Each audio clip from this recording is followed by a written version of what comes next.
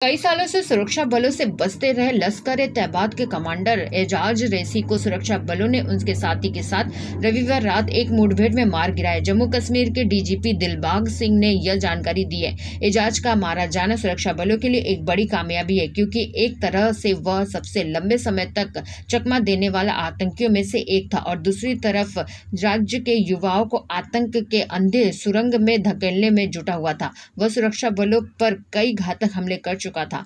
Kashmir zone police की ओर से जारी प्रेस बयान में कहा गया है, एजाज रेसी बुरहानवाली से पहले ही से एक्टिव था। उसके बाद सजाद सोफी को भी उसी ने रिक्रूट किया था। पामपोर एरिया में वह कई सुरक्षा कर्मियों की हत्या कर चुका था। पुलिस ने यह भी बताया कि वह युवाओं को आतंकी संगठनों में शामिल होने के लिए तैयार करता था। जम्मू कश्मीर पुलिस चीफ दिलबाग सिंह ने बताया है कि दक्षिण कश्मीर ने पुलवामा जिले के पामपोर में सांबुरा में रविवार को एनकाउंटर शुरू हुआ था। इस बेहद सफल ऑपरेशन में सुरक्षा कर्मियों ने सबसे लंबे समय से बचते रहे आतंकियों में से एक लश्कर-ए-तैयबा कमांडर को मारकर बड़ी सफलता हासिल की है। उसका साथी भी मुठभेड़ में मारा गया है। डीजीपी ने बताया है कि वह 2015 में ओवरग्राउंड कवर के रूप में काम करता था।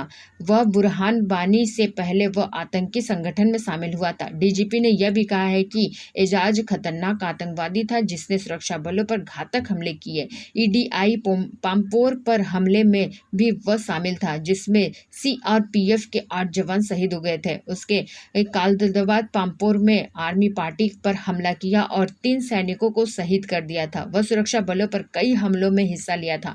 वह लश्कर का मुख्य रिक्रूटर था। मारे जा चुके लश्कर के आतंकियों तौसीफ खांडे, रफीक डार और आदिल अहमद को भी उसी ने आतंकी संगठन में शामिल किया था। एजाज एक अन्य स्थानीय आतंकवादी सजाद अहमद सोफी के साथ मारा गया है, जिसने उसने ही रिक्रूट किया था और ट्रेनिंग भी दी थी। मारे गए आतंकियों के कब्जे में से 2 AK-47 राइफल, 2 मैगजीन, कुछ राउंडर्स आदि बरामद किए गए हैं। डीजीपी ने कहा है कि एजाज रेसी का मारा जाना सुरक्षा बलों के लिए बड़ी कामयाबी है और इससे आतंकवादियों के रिक्रूटर्स में कमी आएगी। 50 RRA और CRPF को 110 बाल्टियन यूनिट की तारीफ करते हुए डीजीपी ने बताया है कि दक्षिण कश्मीर में आतंकियों की भर्ती में कमी आई है। पिछले 15 दिनों में 3 युवाओं को वापस लाया गया है। इस साल अब तक 24 ऐसे युवाओं को वापस लाया गया है जिन्होंने आतंकवादी संगठन में शामिल होने के इरादे से घर छोड़ दिया था।